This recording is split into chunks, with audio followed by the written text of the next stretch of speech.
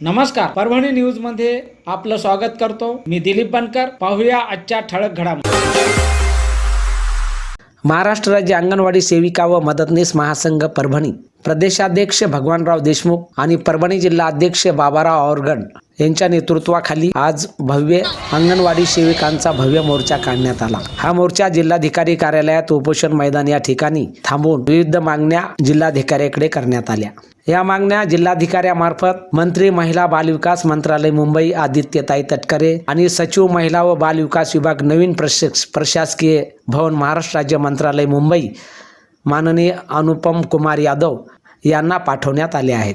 केंद्र सरकारने कामगार कायदे रद्द करून 4 श्रमसंहिता केल्या, त्याविरुद्ध व प्रोत्साहन भत्ता सरसगट मानधनात वर्ग करणे, खातेबाह्य कामे न सांगणे, FRS मधील अडचणी, पोषण ट्रॅक्टर ॲपमधील अडचणी, दरमहा पेन्शन, ग्रॅज्युटी इत्यादी मागण्या मंजूर हव्यात। याकरता दिनांक 11/2/2026 रोजी दुपारी 1:30 वाजता जिल्हा परिषद व जिल्हाधिकारी कार्यालय परभणी समोर मोर्चा व तीव्र निदर्शने करण्यात आली।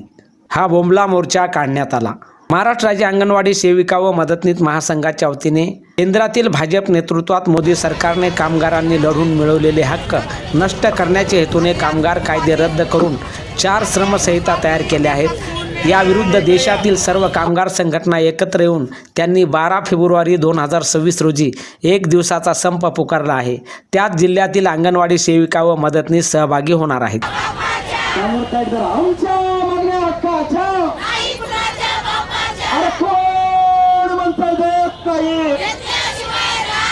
केंद्र सरकारच्या 2 महिन्याचं थकीत मानधन, केंद्र सरकारच्या 2 महिन्याचं थकीत मानधन मध्ये हे सरकार विसरून गेलेलं आहे की या महाराष्ट्रामध्ये या सरकार केवळ अंगणवाडी कर्मचारी यांच्यामुळं या शासन स्तरावर बसलेलं आहे। यांना खुर्ची मिळालेली आहे। लाडक्या बहिणीमुळं यांनी टोटल महाराष्ट्रामध्ये अंगणवाडी कर्मचाऱ्यांनी लाडक्या बहिणीचा सगळा सर्वे केला। लाडक्या बहिणीमुळं हे सरकार खुर्चीवर बसलं, पण मुळामध्ये त्यावेळेला जे आश्वासन माझ्या सगळ्या अंगणवाडी कर्मचाऱ्या महाराष्ट्रातल्या दिलं होतं ते शासनानं पाळलेलं नाही।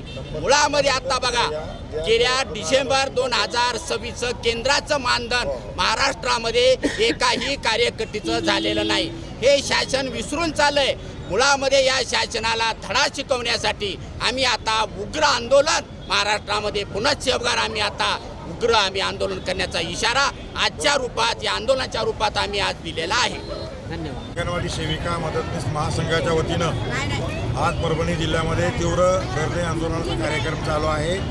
महाराष्ट्र शासनाला आमच्या अनेक मागण्या असल्या तरी त्या खोटं बोलून आमच्या त्या फसव्या मागण्या करायला अंगणवाडी कार्यकर्तीला 5,000 रुपये आणि मदतनीसला 3,000 रुपये मानधनवाढ करण्याचं महाराष्ट्र शासनाने कबूल केलेलं असताना 2,000 रुपये ते प्रोत्साहन भत्त्यामध्ये टाकले आणि 3,000 रुपये मानधनात टाकले। मदतनीस 1,000 रुपये प्रोत्साहन भत्त्यात टाकले आणि 2,000 रुपये मानधनात टाकले। प्रोत्साहन भत्ता याचे 10 निकष आहेत, ते निकष पूर्ण होत नाहीत।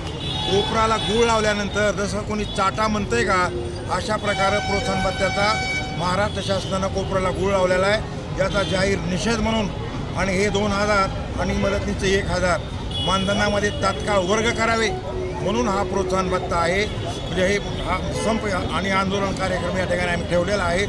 त्याचबरोबर अंगणवाडी कार्यकर्तीला 27,000 आणि मदतनीसला 18,000 याच्या पुढं मानधन दिलं पाहिजे।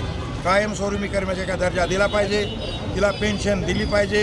आता ग्रॅज्युटी देण्याबद्दलचे 2 वर्षापूर्वी सर्वोच्च न्यायालयानं आदेश दिलेले असताना सुद्धा हे महाराष्ट्र सरकार GR काढण्यामध्ये टाळाटाळ करत आहे। तर ग्रॅज्युटीचा GR तात्काळ त्यांनी काढला पाहिजे। रिटायर झाल्यानंतर अंगणवाडी कार्यकर्तीला तिच्या पत्रात काहीतरी पडलं पाहिजे। दर वर्षाला 4,000 ते 5,000 अंगणवाडी कार्यकर्त्या या रिटायर होतात आणि याच्यामध्ये विधवा परित्यक्ता यांची संख्या जास्त आहे। रिटायर झाल्यानंतर त्यांना भीक मागायची वेळ येऊ लागलेली। अनेक वेळेस महाराष्ट्र शासनाच्या लक्षात आणून दिलं तरी हे मोहम्मद तुगलकी सरकार याच्यामध्ये सुधारणा लवकर करीत नाही आणि म्हणून या सगळ्या मागण्या लवकरात पूर्ण केल्या पाहिजेत, नाहीतर पूर्ण राज्यभर तीव्र आंदोलन आम्ही केल्याशिवाय राहणार नाही।